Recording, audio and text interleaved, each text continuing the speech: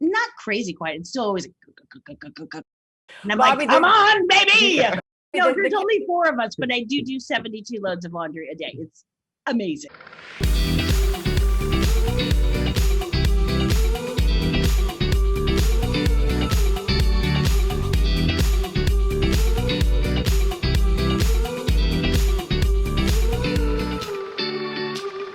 Yeah, that's Melissa McCarthy talking about apparently a new relationship with her washer and dryer.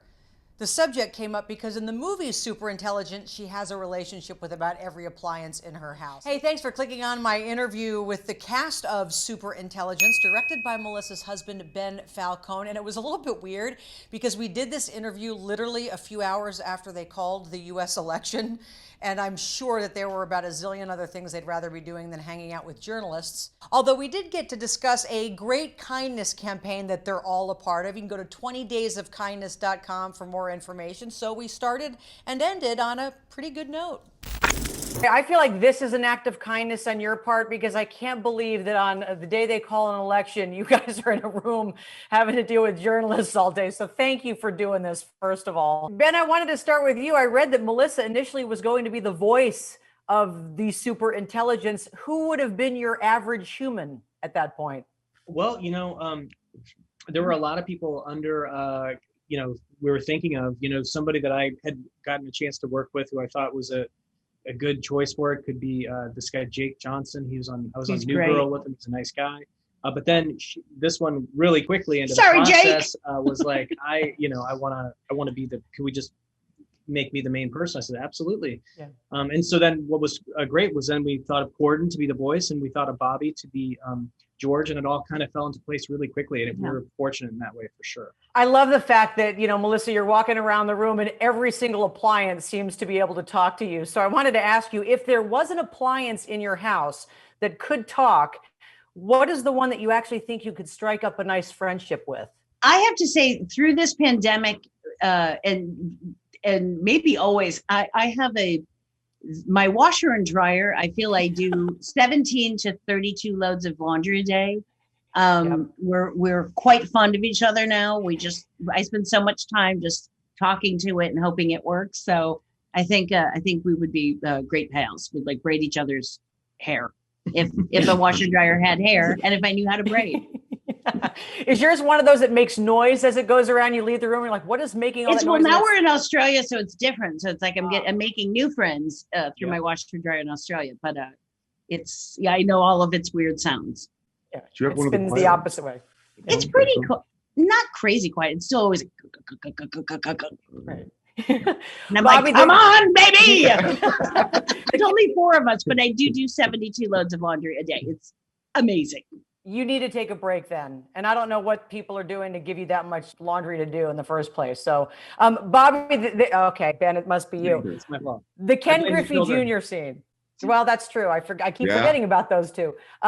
I love the fact that you genuinely got as giddy as you did, almost bordering on a little bit of stalkery, behavior. That was after getting pulled back by Ben.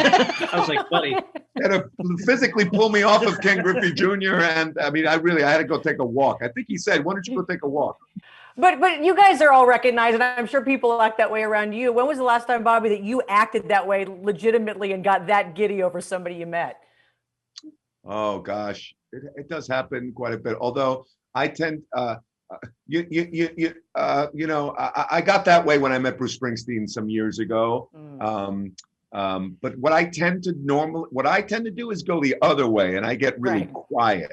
And then I get accused of being like aloof, and that's happened to me before. Where they're like, "Why are you so? What do you got? Someplace else to be?" Yeah, I remember I was working with Scorsese, and like he was the director of this thing I was doing, and I would always come in and go, "Hey, I'm sorry to bother you," and he'd say, "Can you stop saying that because you're not bothering me, and you can afford to be in here more and talking to me." But I just get really, I get very insecure, and but I did freak out.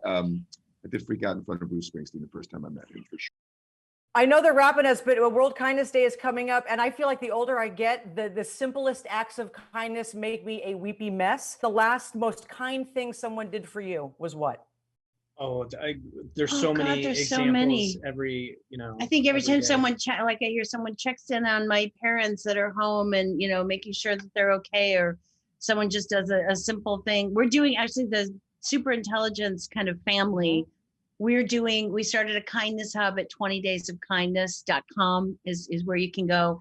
And we've picked 20 charities in 2020, which has been a tricky year, but it's turning out okay. And we're giving all those charities $20,000. And it's a great place to go and just watch all the people that are doing amazing things. And people are good. And it's a great place to remind yourself that like the good outweighs the bad. And, you know, donate $1, donate 50 cents, or just read about them and feel better. Well, I can't thank you all enough. Just emceed the Best Buddies Gala yesterday, which was virtual, and Make-A-Wish is based here in Arizona, and I know they're a part of that campaign, so yes, thank they you. are. Thank you. Thank you. Yeah, who doesn't need a little more kindness? I hope you enjoyed the interview with Bobby, Melissa, and Ben. Never a lot of time, especially when you've got 3 celebrities together, but I love what they're doing with the kindness campaign, 20daysofkindness.com.